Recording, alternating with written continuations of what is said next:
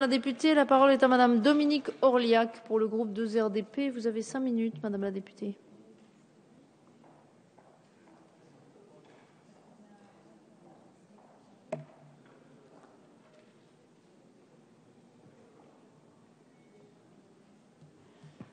Madame la Présidente, Monsieur le Ministre, Monsieur le Président de la Commission, Messieurs les rapporteurs, Madame, Messieurs les rapporteurs pour avis, chers collègues, d'un point de vue général, le groupe radical républicain, démocrate et progressiste note que le contexte budgétaire ne sera pas sans conséquences en 2014 sur les capacités d'intervention de l'État et des collectivités territoriales en faveur de l'agriculture. L'ensemble des crédits alloués à l'agriculture dans ce PLF, y compris ceux de l'enseignement agricole, se monte à 4,9 milliards d'euros. Hors charge des retraites et à périmètre constant, le budget du ministère connaît donc une baisse de 3,2% en crédit de paiement par rapport au crédit 2013. Ce budget ne traduit pas pleinement l'ambition pourtant affichée par le Président de la République lors du sommet de l'élevage le 2 octobre dernier. Nombre d'agriculteurs que j'ai pu rencontrer déplorent cet état de fait et le transfert de financement via le budget communautaire. En réalité, les retours vers la France pour le budget de la PAC sur la période 2014-2020 seront à la baisse. La France percevra en moyenne annuelle 9,1 milliards d'euros sur la période 2014-2020 au lieu de 9,3 milliards d'euros, soit une diminution de 2%. S'agissant plus particulièrement des crédits concernant le développement agricole et rural, le groupe 2RDP ne peut que saluer l'augmentation significative des crédits en 2014, que ce soit pour le programme 775 ou pour le programme 776.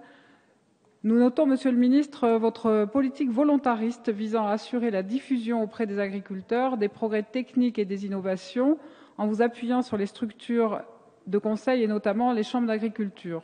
À ce sujet, il est important que ces structures se voient allouer les moyens nécessaires à leur mission.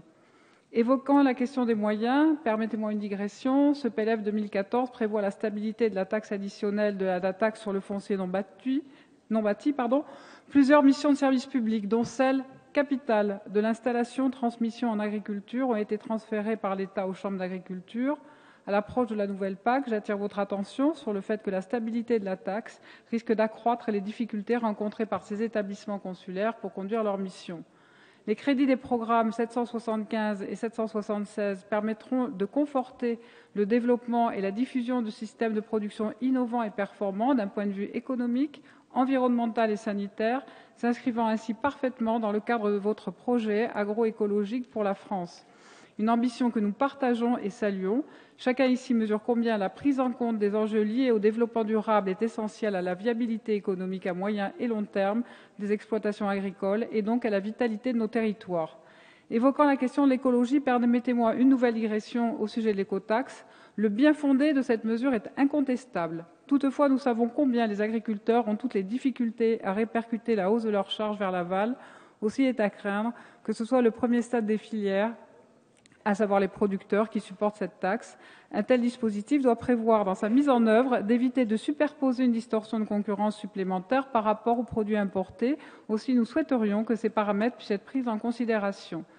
Je tiens à saluer l'ambition du programme Recherche appliquée et innovation en agriculture, qui entend favoriser la mise en œuvre d'actions de recherche appliquée, d'études et d'expérimentation. Ce programme est un soutien d'importance à l'innovation et à sa diffusion, à travers notamment les appels à projets et les programmes pluriannuels mis en œuvre par les instituts techniques agricoles. Ceci m'amène à évoquer les programmes pluriannuels régionaux de développement forestier. Ils rapprochent les acteurs forestiers et permettent de coordonner l'ensemble des actions de développement forestier, et les chambres d'agriculture sont impliquées dans leur mise en œuvre. Le projet de loi d'avenir pour l'agriculture et le PLF 2014 modifie le fonctionnement actuel de ces PPRDF, avec notamment un fonds stratégique forêt-bois dont le champ d'application serait largement remanié.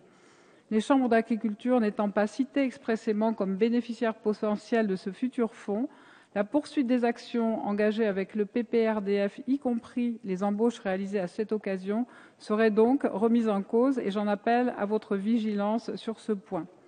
Voici donc, Monsieur le Ministre, les quelques remarques que je souhaitais formuler dans cet hémicycle, des remarques qui, je l'espère, ne manqueront pas d'être étudiées avec toute la bienveillance que notre secteur agricole mérite. Et dans ces conditions, le groupe 2RDP ne pourra qu'apporter son soutien à ce budget. Je vous remercie. Merci Madame la députée.